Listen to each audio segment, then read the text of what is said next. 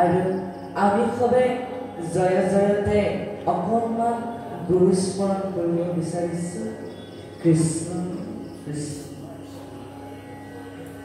শ্ৰীমন্ত শংকৰ হৰি ভকতৰ যাৰা যেন কল্পতৰু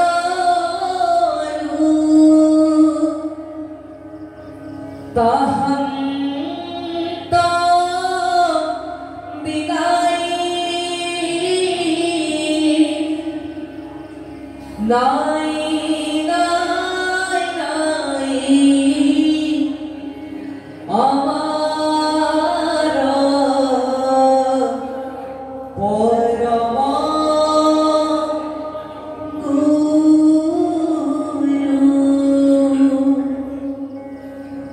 ৰাম আমাৰ পৰম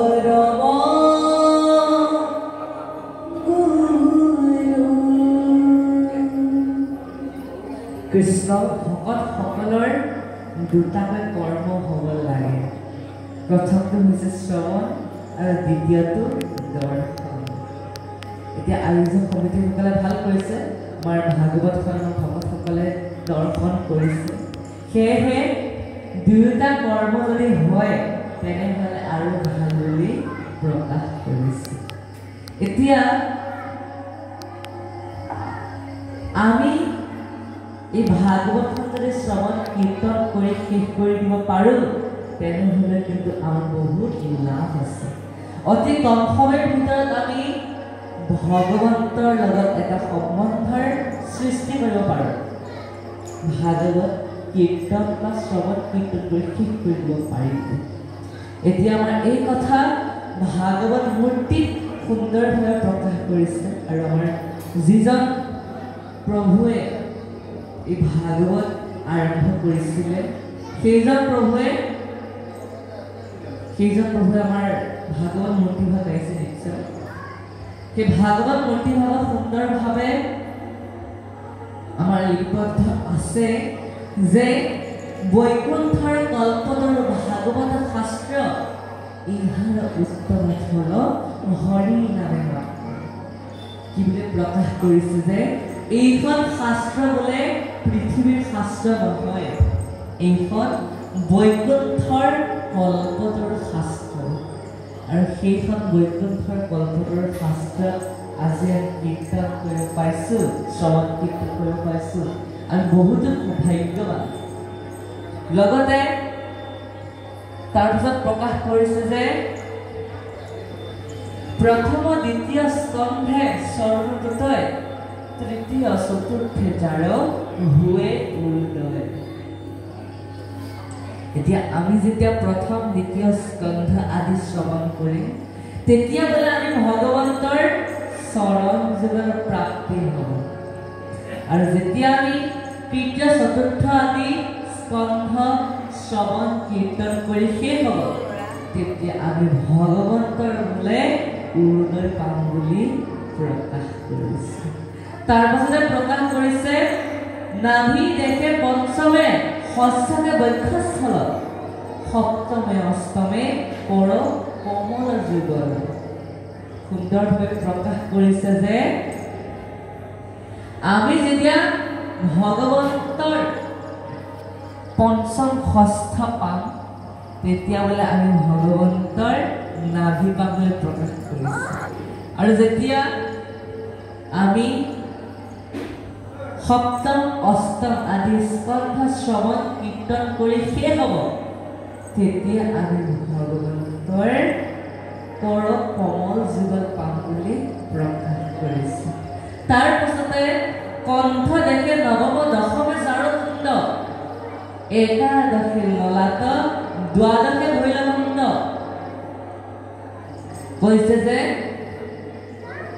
আমি যেতিয়াই নৱম দশম স্কন্ধ শ্ৰৱণ কীৰ্তন কৰি শেষ কৰিব পাৰোঁ তেতিয়া আমি ভগৱন্তৰ পন্থ পাম বোলে।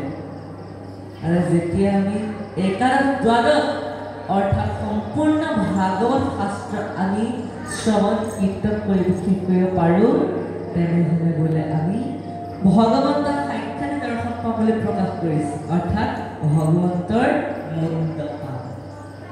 এতিয়া আমি নৱপ্ৰজন্মসকল এতিয়াৰ পৰা ভাগৱত কীৰ্তন কৰিবলৈ কিয় কৈছোঁ?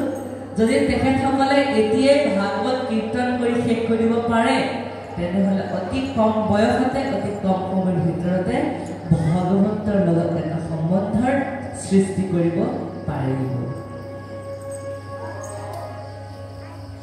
এইটোৱে বহুত লাভ।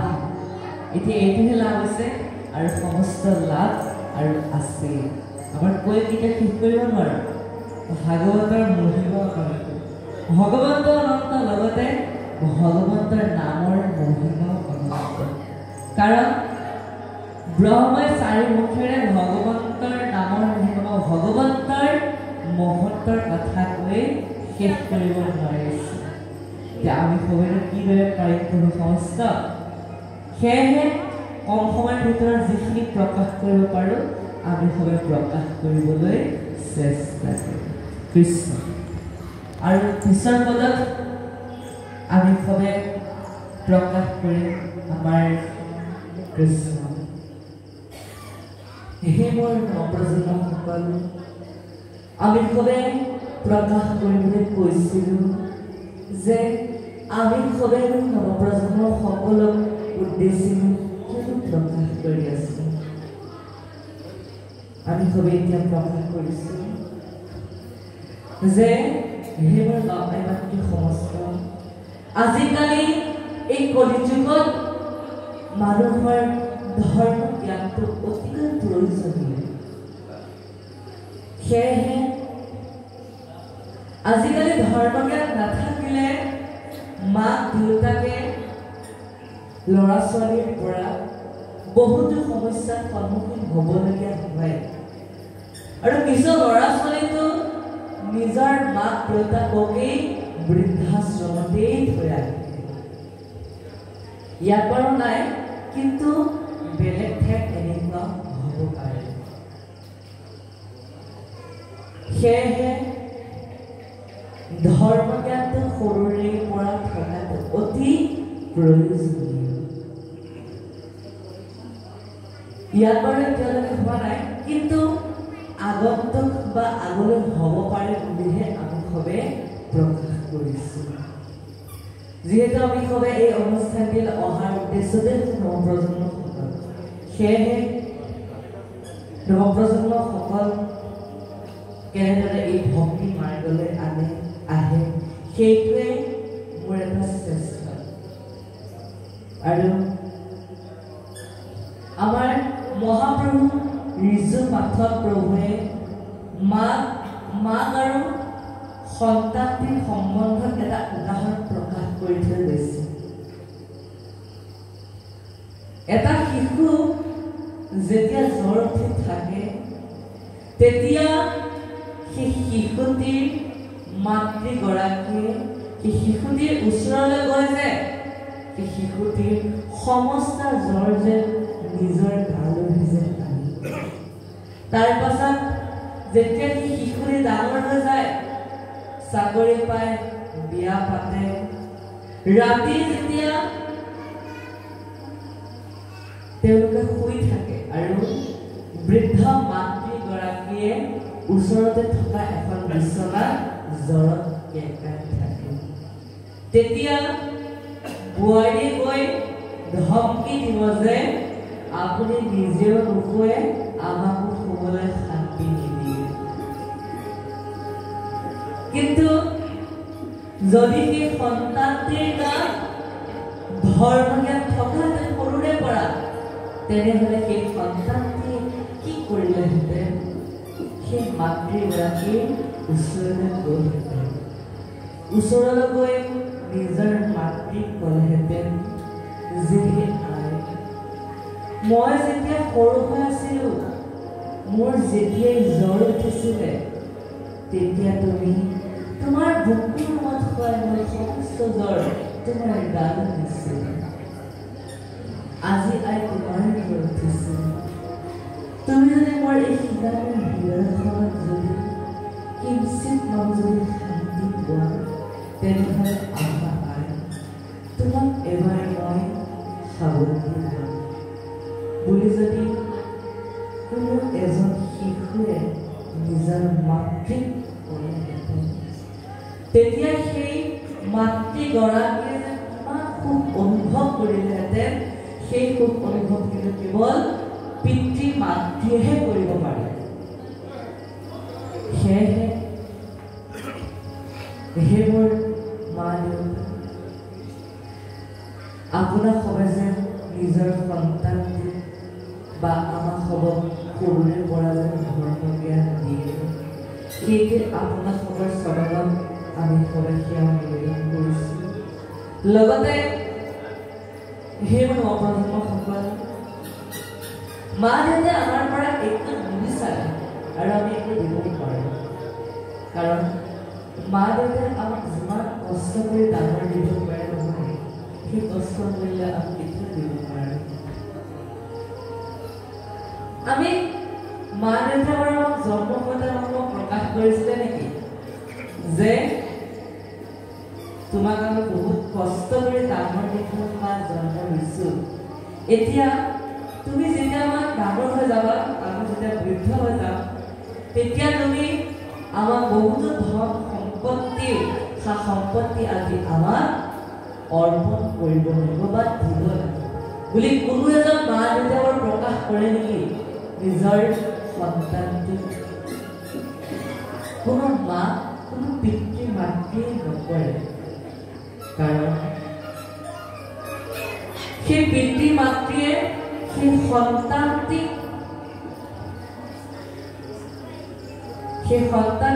আন কষ্ট কৰি ডাঙৰ দীঘল কৰে যে সেই মা দেউতাই কষ্টৰ মূল্য কেতিয়াও নিবিচাৰে, কোনো পধ্যে কেতিয়াও নিবিচাৰে।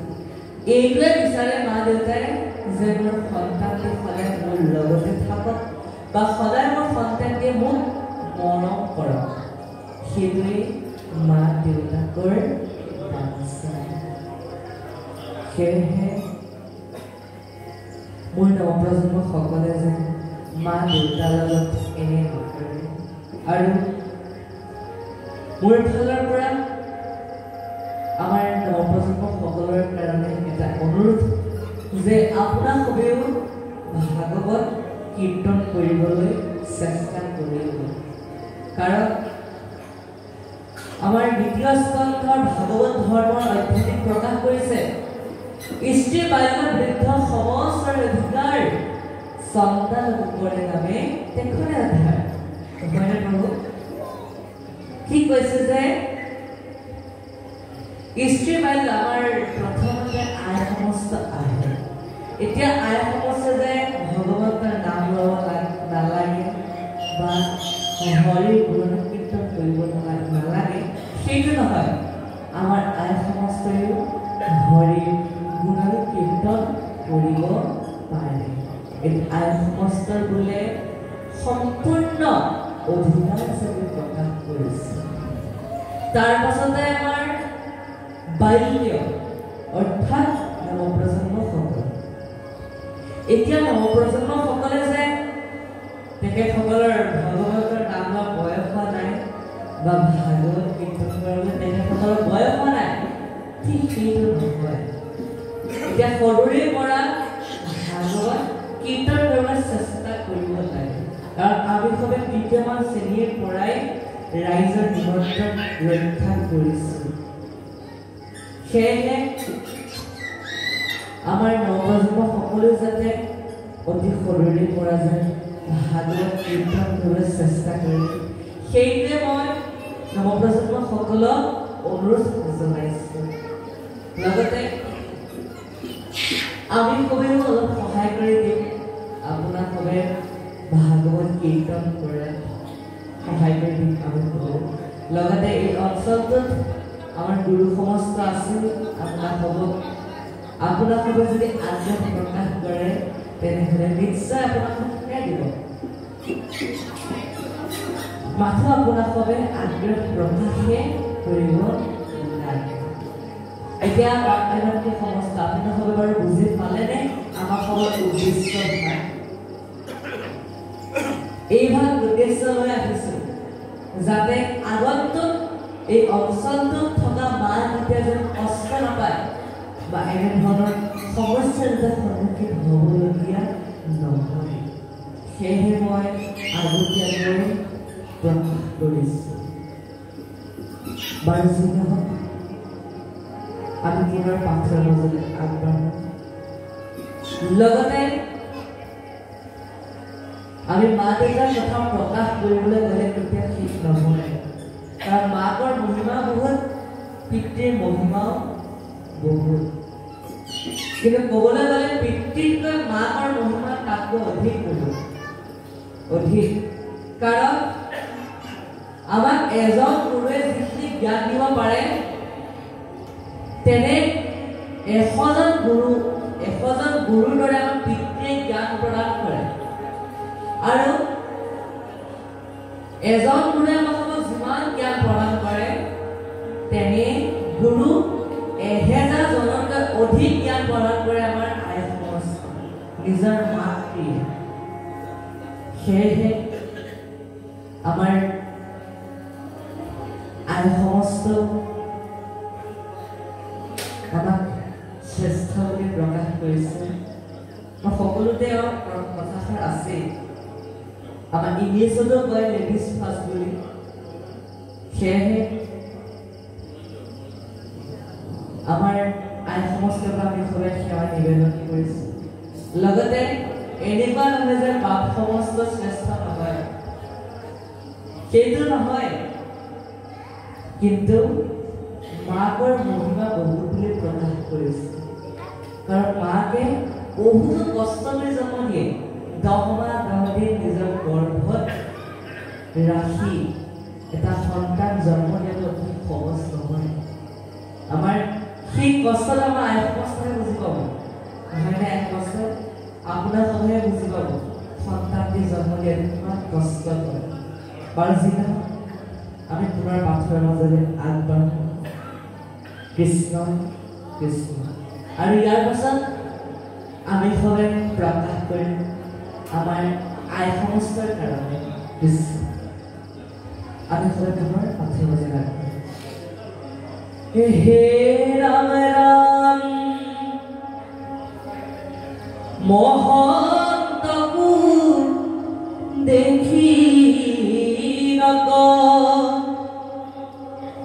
ৰয় হত কাৰ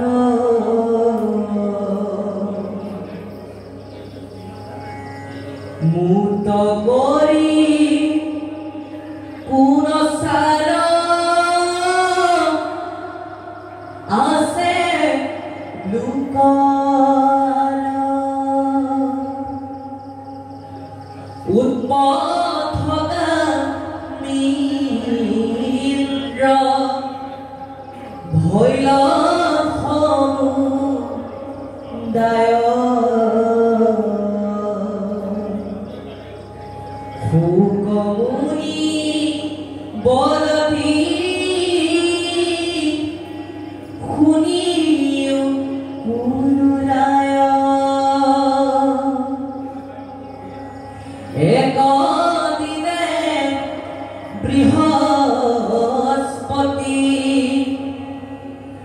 গলা সেই থান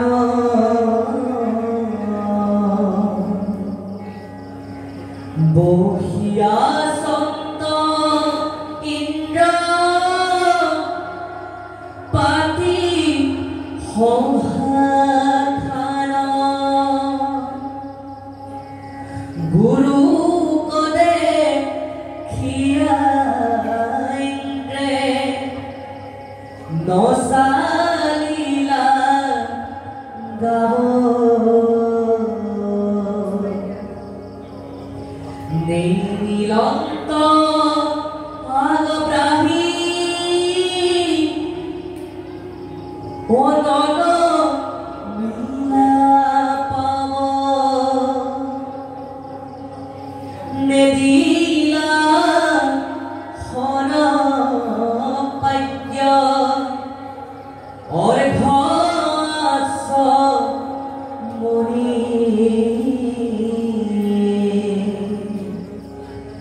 শ্ৰীমদে অন্ধ দেখি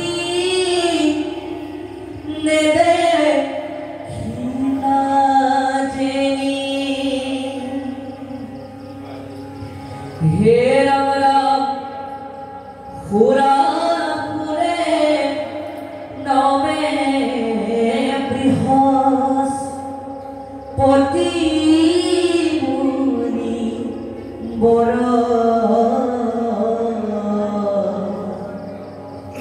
কৃষ্ণ ভূয়া ইন্দ্ৰ ৰঙ্গ ঋলন্ত হাদাৰ কৃষ্ণ হে আই সমস্ত আমি সবে আপোনাক হ'ব কাৰণে প্ৰকাশ কৰিবলৈ কৈছিলোঁ যে এইষাৰ কথা মই প্ৰায় ঠাইতে প্ৰকাশ কৰোঁ আৰু আজিও আপোনাৰ সবৰ কাৰণে প্ৰকাশ কৰিবলৈ বিচাৰিছোঁ যে আইসকলৰ মুখত সিজিব লাগে হৰিনাম কিন্তু সিজি থাকে তামোল পাণ আইসকলৰ মুখত সিজিব লাগে হৰিনাম কিন্তু সিজি থাকে তামোল পাণ হয়নে আই সমস্ত এতিয়া আমি সবে আপোনাৰ সবক বাধা প্ৰদান কৰা নাই যে আপোনাৰ সবে নাখাব আমি সবে কোৱা নাই আপোনাৰ সবে খাই থাকিব কিন্তু তামোলখন সিজোৱাৰ লগতে আপোনাৰ সবে কিন্তু হৰিনামো সিজাব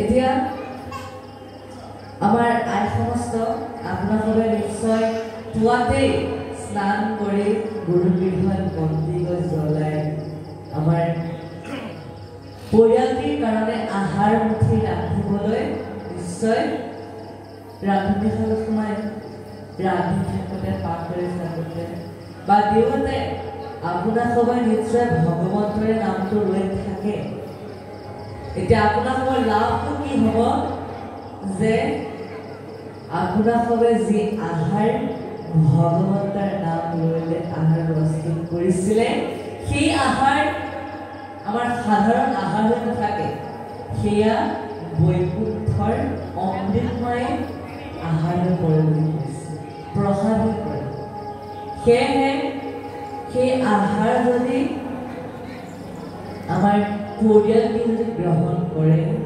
তেনেহ'লে বোলে ৰাৱণ মনুষ্য বোলে ৰাম হ'ব পাৰে এনেকুৱা শক্তি আছে এনেকুৱা মাহাত্ম্য আছে সেইখিনি আহাৰ সেইকাৰণে আমি আহাৰ প্ৰস্তুত কৰোঁতে কেতিয়াও গ্ৰাম্য কথা এনেধৰণৰ কথা পাতি পাতি আহাৰ বনাব নাই ভগৱন্তৰ গুণনাম লগাই বা ভগৱন্তৰ নাম লৈ বোলে আহাৰ মুঠি প্ৰস্তুত কৰিলে ভাল বুলি আমাক হ'ব প্ৰকাশ কৰিছে এতিয়া আই সমস্ত নাৰীৰো কিন্তু 4 প্ৰকাৰৰ থাকে 4 প্ৰকাৰৰ নাৰী হৈছে পদ্মিনী হস্তিনী সাক্ষিনী আৰু চিত্ৰিনী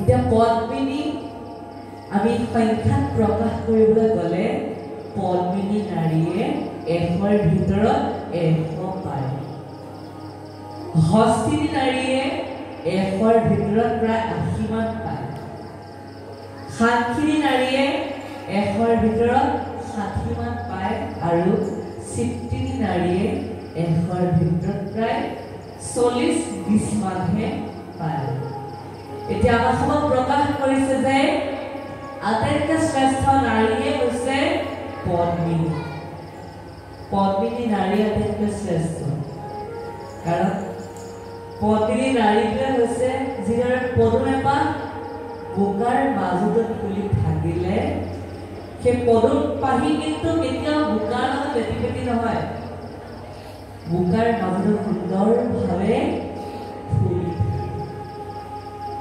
ঠিক সেইদৰে আমাৰ আই সমস্ত সেই পদুমৰ দৰে আজি ফুলি আছে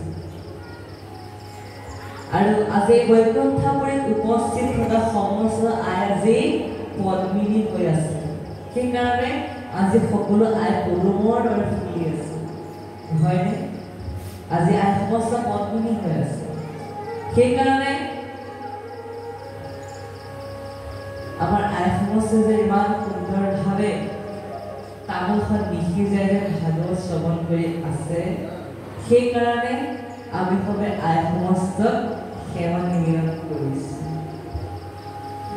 যিহেতু আমাৰ কৃষ্ণ কথা আমাৰ অমৃতময় কথা বুলি প্ৰকাশ কৰিছে আমাৰ দ্বিতীয় স্কন্ধৰ ভাগৱত ধৰ্মত প্ৰকাশ কৰিছে যে কৃষ্ণ কথা অমৃতক প্ৰিয় সাৱধানে কৰিও যতন যাবে প্ৰাণ থাকে মানে কি বুলি প্ৰকাশ কৰিছে যে কৃষ্ণ কথা বোলে সাধাৰণ কথা নহয় এই কৃষ্ণ কথা বোলে অমৃতময় কথা যি অমৃত পান কৰি থাকিলে আমাৰ আই সমস্ত তামোল পান সিজুৱাই বাদ দি দিয়ে হয়নে বাৰু আৰু এঠাইত আমি সবে এইষাৰ কথা প্ৰকাশ কৰিছিলোঁ যে প্ৰকাশ কৰোঁতে এগৰাকী আই প্ৰকাশ কৰিছে যে আমি আজি তামোল পান সিজোৱা নাই কাৰণ আজি আমি এই অমৃতময় কথা পাঠ কৰি আছো সেয়েহে আজি আপোনাৰ সবে তামোল পান সিজোৱা নাই কাৰণ এই অমৃতময় কথা আপোনাৰ সবে পাঠ কৰি আছে আৰু পাঠ কৰি থাকোঁতে অতি সাৱধানেৰে পৰা পাঠ কৰিব দিছে আমাক অতি সাৱধানেৰে একান্ত মনেৰে আমাক হ'ব পাঠ কৰিবলৈ কৈছে আৰু এনেধৰণে আমি অতি সাৱধানেৰে পাঠ কৰোঁতে কৰোঁতে আমাক মৃত্যুৰ বেলালৈকে এনেধৰণে আমি হ'ব পাঠ কৰি থাকিবলৈ আমাক পৰামৰ্শ প্ৰদান কৰিছে ভাগৱত ধৰ্ম অধ্যয়নকে সেয়েহে আমি সবে যিকণ সময় ভাগৱত শ্ৰৱণ কৰোঁ অতি একান্ত মনেৰে বা অতি সাৱধানেৰে আমাক হ'ব শ্ৰৱণ কৰিবলৈ কৈছে আমি এতিয়া পুনৰ পাঠৰ মাজত আগবাঢ়িম লগতে আমি সবে পিছৰ পদত প্ৰকাশ কৰিম যে আমি যে আজি ভাগৱত শ্ৰৱণ কীৰ্তন কৰিছোঁ আমাৰ এটা লাভ কি হ'ব আজি আপোনাৰ সবে অনুষ্ঠান আয়োজন কৰিছে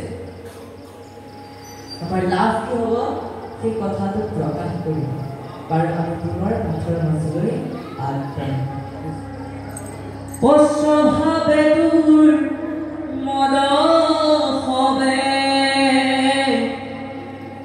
পাৰিলে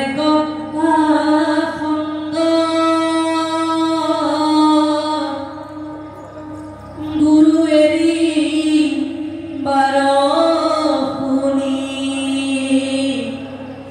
কৰে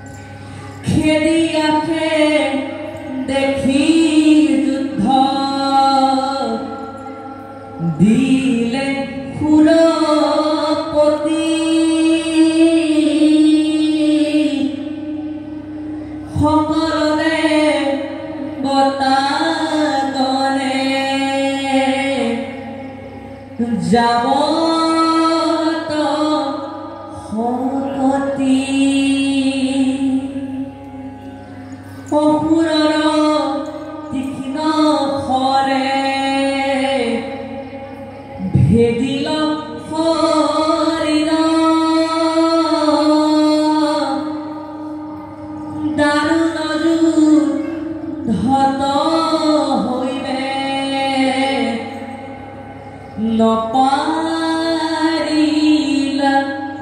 ধীৰ কৃষ্ণ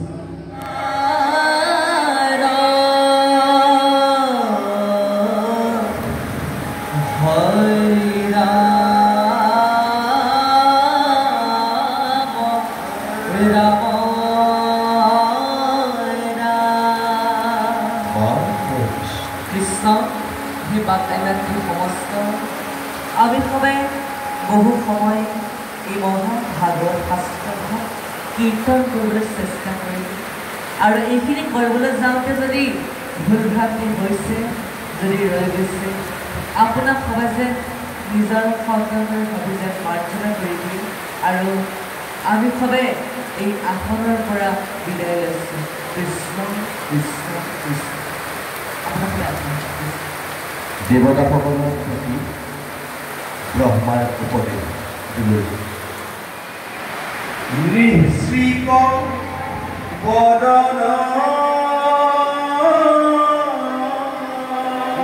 যাব পৰা নাই নহয় কৃষ্ণ ফটো অকণমান আমাৰ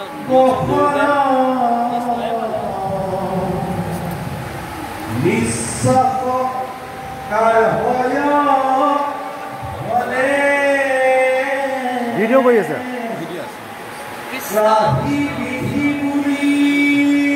আজি প্ৰৱচনাক পাই ভাল লাগিলে যিহেতু বৰষুণ দি আছে সেয়েহে আমি সবেও এতিয়া বিদায় লৈছোঁ লগতে জনাইছোঁ আৰু প্ৰৱচনাই যি ইউটিউব চেনেল খুলিছে সেয়েহে এই ইউটিউব চেনেল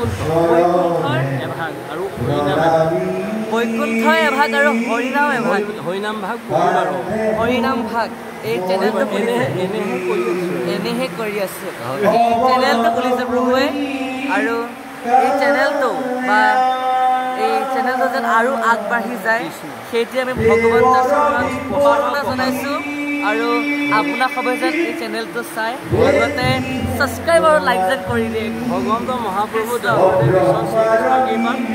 প্ৰচাৰ প্ৰসাৰ হওক সেইটোৱে কৃষ্ণ কৃষ্ণ আৰু প্ৰসাৰ হওক আমি তাৰে কৃষ্ণ